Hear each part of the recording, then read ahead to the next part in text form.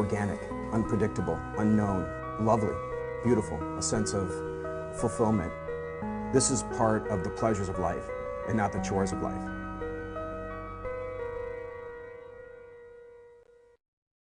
Coming your way live tonight on Daily Iowan TV, devastation hits twice. We have local reaction to the latest Nepal earthquake.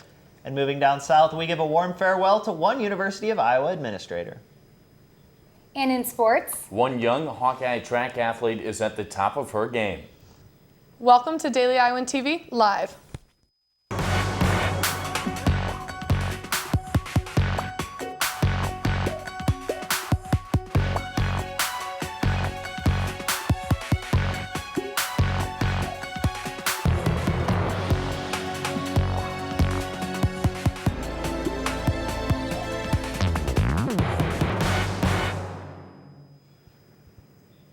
Thanks for joining us tonight. I'm Hannah Thompson. And I'm Blake Jorgensen. The ground shook again today in Nepal. A 7.3 magnitude earthquake hit Nepal, killing dozens and injuring over 1,000 people, triggering panic throughout the streets of the country's capital, Kathmandu. The city is still suffering from April's 7.8 magnitude quake, which killed 8,000 people, injured more than 18,000, and triggered an avalanche on Mount Everest. Search and rescue teams from all over the world are actively conducting rescue operations and helping treat the injured. And one student organization is cooking up their own relief effort here on campus. The Intellectual Dialogue Society held a food drive in the Old Capitol Mall today. The Student Society is a Turkish-based organization that discusses the language and cultural barriers between different beliefs.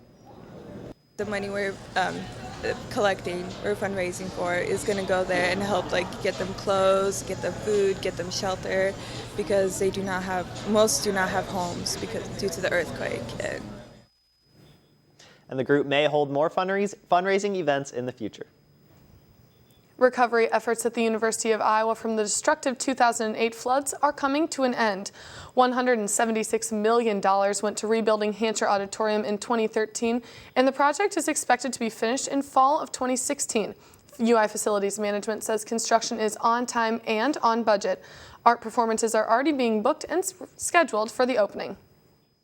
Not only will we be able to encourage and affect change locally, but what we can also do is to attract the world to Chicago. In that video, Southside Chicago is where President Obama will build his presidential library. This morning, the Barack Obama Foundation released that the building and foundation will be built on parkland at the University of Chicago. The president has long connections within the community and began his political career at the university. And today, Senate Democrats set back President Obama's trade bill, voting it down 52 to 45. The bill would approve of a 12-country free trade agreement known as the Trans-Pacific Partnership. Republicans were shocked that the president's party would do this to a bill of this magnitude. This vote showed a deep divide between Obama and Congress Democrats, who say trade deals hurt U.S. jobs. Prices for eggs and turkey meat are rising as the outbreak of bird flu claims an increasing number of chickens and turkeys. The cost of eggs has jumped nearly 17% to a carton of eggs now averaging $1.39. Turkey prices have also unexpectedly increased after 5.6 million turkeys died. The number of Iowa chickens lost exceeds 26 million and an estimated $20 million loss. And the price of poultry is soaring, but it may not affect college seniors who are flying the coop next week. Tanner Sigworth has more on graduates managing their money. Upcoming graduates rattle off a list of their most costly expenses these past 4 years living in Iowa City. Clothing, electricity, food, water, parking, gas, alcohol. I mean, Iowa City obviously has a good nightlife, so that's one of the things I partake in. And they didn't even include the 4 years of tuition paid for by their student loans. The cost of all these things add up to make day-to-day living in Iowa City a struggle for college students, and a burden they'll carry with them after graduation. After graduating in May, I'll be going to law school in Des Moines, going to a bigger city, just keep piling up debt, so that's the plan. I will be going back to the Chicagoland area, living back at home to save some money. To stock up a little money for graduation, these graduates have had to adjust and learn to budget their money. Thermostat-wise, it's a lot more colder. Throw a sweatshirt on or something, you get by. I went from buying like the nice brands to the generic. I try to cook as much as I can. Even with part-time jobs, I have a job right now, a student job. I work at a preschool. these graduates have just scraped by. I mean, I've spent a lot of money, yeah. Definitely have not saved any money. I have way less money than what I came here with freshman year. Next, these students enter the workforce to make up for their student debt. Reporting from Iowa City, this is Tanner Sigworth, Daily Iowan TV. You know, Hannah, a nice night tonight, but pretty windy earlier. All my stuff blew away on my way here. I earlier. know, but at least it was sunny today. Hopefully it stays sunny for graduation weekend this weekend. Tanner, what can we expect? Guys, we can actually expect a good chance of rain this week with a few good days scattered throughout. Take tomorrow, for example. 47 degrees, bright and early Wednesday morning. Clear skies taking us into the afternoon where temps will bump up to the 60s. Expect 69 for your high. Few clouds come rolling in towards the evening, but expect a comfortable Wednesday night. Moving right along into your extended forecast, turn your attention to the chance of rain there on Thursday. Temps will rise to the 80s by the weekend, but then the T-storms come a-brewin'. Saturday and Sunday are expecting some scattered thunderstorms, a potentially severe thunderstorm coming our way on Sunday, so watch out for that. Hopefully the clear skies will hold off as next week rolls around so we can enjoy our first week of summer. Back to you guys. Thanks, Tanner. Rolling Stone magazine has a new lawsuit. Associate Dean at the University of Virginia, Nicole Iramo, is suing the magazine for defamation in a $7.5 million lawsuit. Iramo claims the magazine cast her as a chief villain in their discredited article titled A Rape on Campus. The article detailed an alleged gang rape, sexual assault at a UVA fraternity house. Iramo said she wants to hold the magazine and the author accountable. UI's Dean of Students, Dr. David Grady, is leaving to become the Vice President for Student Affairs at the University of Alabama. Daily Iowan TV's Austin Love has more on Grady's 20-year love for the black and gold. Hello, Hawkeyes. I'm sorry that I can't be with you tonight. He was probably one of the first people to greet you to campus at freshman orientation. But now we have to say goodbye to Dean Grady as he heads to the University of Alabama. My leaving is bittersweet. I have a lot of great memories to take away from the University of Iowa. Having been here for over 20 years, some of the best memories he will take away have been working with students. Worked with thousands of students here at the University of Iowa. I've seen them grow as an entering first-year student until they graduated. And while he has enjoyed his time here at the university, there has been its challenges. This is probably the 2008 flood.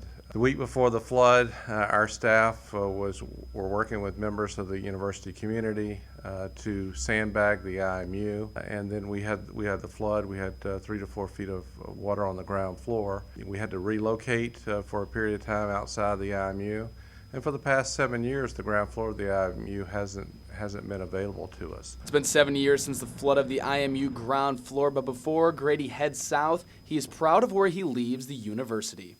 One of the last things I'll be able to do is dedicate the ground floor of the IMU. We're doing that on June 3rd. After being such a large influence here on campus for over 20 years, I speak for everyone at Daily Iowan TV in wishing Dr. Grady all the best at the University of Alabama. Austin Love, Daily Iowan TV. The NFL is penalizing New England Patriots and quarterback Tom Brady. An NFL Commission report last Wednesday suggested Brady was aware of Patriots equipment managers releasing air from game balls. Brady is suspended for the first 4 games next season. The Patriots were fined $1 million and will lose a first-round draft pick next year and a 4th-round pick in 2017. Hannah, as a Miami Dolphins fan, I always enjoy it when bad things happen to the Patriots. Yeah, and I'm definitely going to say I think the NFL did the right thing here. But for more on sports, let's toss things over at the Daily Iowan TV Sports Studio. Guys? Thanks, Anna. One Iowa team is hoping to make improvements to its stadium after their play on the field has escalated quickly. But first, we look at track and field. Iowa track and field may be underrated when it comes to the javelin, a sport that at first was used as an offensive weapon in the Roman Empire. For one Iowa freshman, javelin has been a part of her life forever, and she continues it as a Hawkeye. Daily Iowan TV sports reporter Taylor Brooks has the story. It all started at the age of 5 for Iowa javelin thrower Kayla Hochhalter. Her creative young mind was already finding ways to become a javelin thrower. I started throwing when I was like 6, actually. I made my own javelin out of a broomstick when I was 5, so that was kind of how it started. My mom was a javelin thrower, so that's kind of how I got started. Her family ties might also be a main reason she became so fond over the sport, but it was her own competitive drive that has gotten her where she is.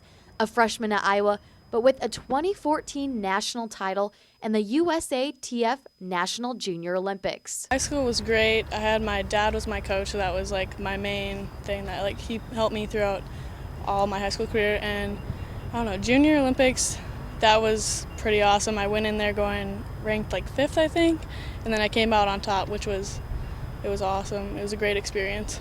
With being recruited so highly out of high school, the transition to college has been a process, but not anything she can't handle.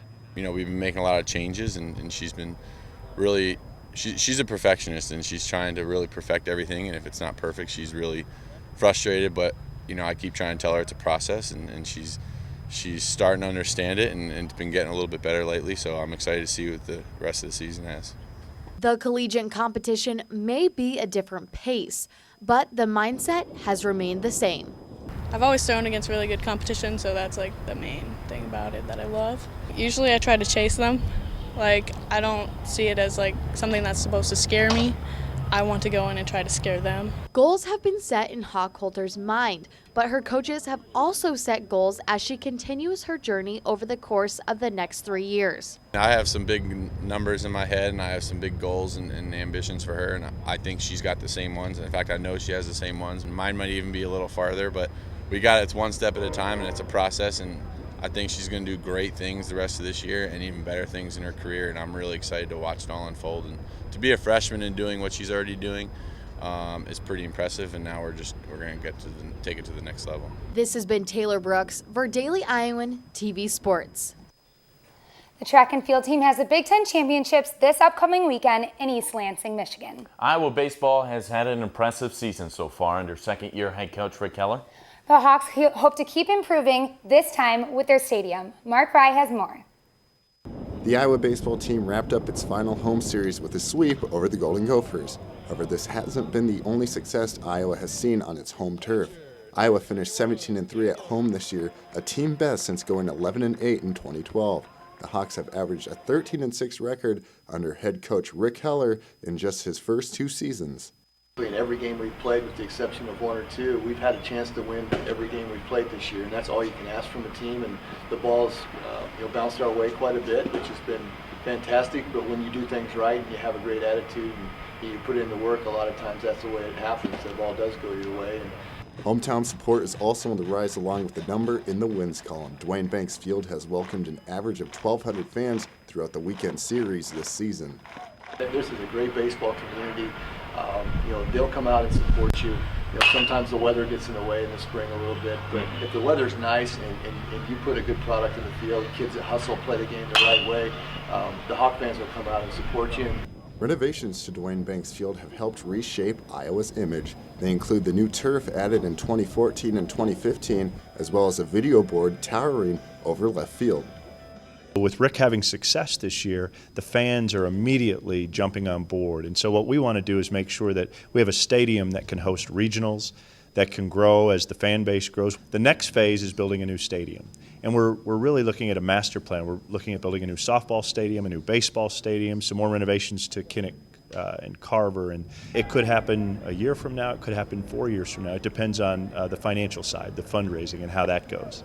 Changes will continue, but the Iowa baseball team hopes to make their success in 2015 a yearly tradition. Mark Fry, Daily Iowan TV Sports. Jordan, my time with the Iowa baseball team, that press box is definitely needed. But that's going to do it for us here in the sports studio. Blake and Hannah, back to you at the desk. Well, it's finals week here at Iowa, but students haven't had any exams quite like this. University of California, San Diego art professor Ricardo Dominguez said his students would not pass the final if they didn't show up nude. Students could take the test either physically or emotionally nude, but only one of his students has ever chosen to be emotionally nude. Dominguez himself was in his birthday suit. That's a bit much for me. Yeah, I don't think I've had any professors where I'd like that too much. That's all we have on this Tuesday's edition of Daily Iowan TV Live. Get your local breaking news anytime on dailyiowan.com. Hannah, it's been fun anchoring with you this year. Thanks for joining us. Have a good night.